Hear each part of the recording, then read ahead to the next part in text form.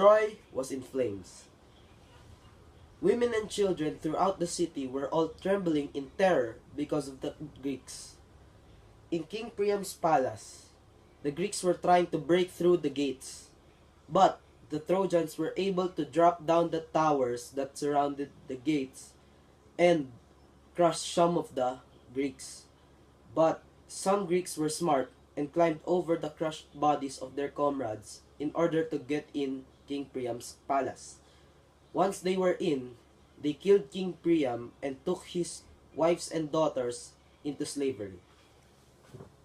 In his palace, Prince Aeneas woke up because of the sounds of the fires.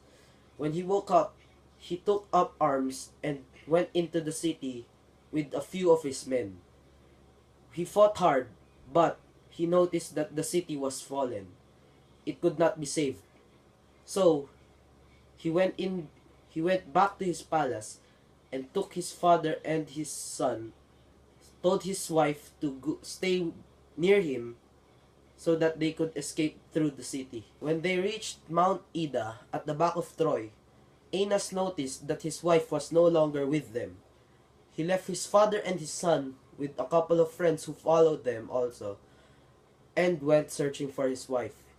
When he was in the forest, he heard her voice, but she told him that she was not fated to leave Troy, and that Aeneas and his group would suffer but finally reach Italy, where they would become the descendants of one of the world's greatest civilizations. Her voice faded away.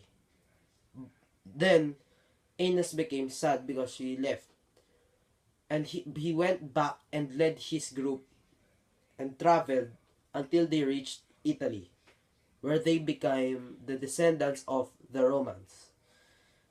Astyanax, the son of Hector, was thrown off the top of a tower by the the Greeks, because they would not allow a single son of a great Trojan warrior to live. The gods were angry because of the Greeks' actions. They plundered their temples and slayed those who praised them. Athena and Poseidon, who were once their greatest allies, were now their greatest enemies. The end.